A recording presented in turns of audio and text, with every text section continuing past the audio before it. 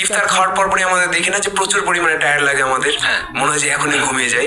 ইফতারের ঠিক আগ মুহূর্তে আমরা এনার্জেটিক থাকি, ইফতার করার পরই মনে হয় যে না আর এখন শরীর চলছে না। এটাকে বৈজ্ঞানিক ভাষায় বলা হয় পোস্ট প্র্যান্ডিয়াল সমোলেন্স। আচ্ছা, এই পোস্ট প্র্যান্ডিয়াল সমোলেন্স তখন ঘটে যখন হঠাৎ করে ধরেন আপনার বডিতে কোনো চিনি নাই, 16 ঘন্টা ধরে আপনি সিএম পালন করছেন, রোজা আছেন, কোনো খাবার খাননি, আপনার বডিতে সব সুগার কিন্তু ডাউন হয়ে তখন কিন্তু ফ্যাট বার্নিং প্রসেসে চলে যায়, অর্থাৎ অটোফেজি প্রসেসে চলে যায়। ওই সময় যদি হঠাৎ করে আপনি এমন একটা খাবার খেয়ে রোজা ভাঙেন যেটা পুরাই চিনি আর অন্য কিছু নাই, অর্থাৎ জিলাপি অথবা কোনো একটা শরবত, হঠাৎ করে যখন সুগার চলে আসে আমাদের বডিতে, তখন আমাদের শরীর, আমাদের ব্রেন প্রচুর পরিমাণে ইনসুলিন হরমোন তৈরি করতে শুরু করে। এই ইনসুলিন হরমোনের কাজ হলো মাংসপেশিতে সুগার পৌঁছানো।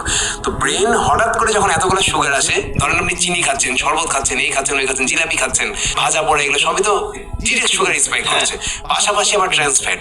কি করে আমাদের ব্রেন কনফিউজড হয়ে যায় যে ইনসুলিন তৈরি করবো, আর ইনসুলিন কতটাই না এই চিনি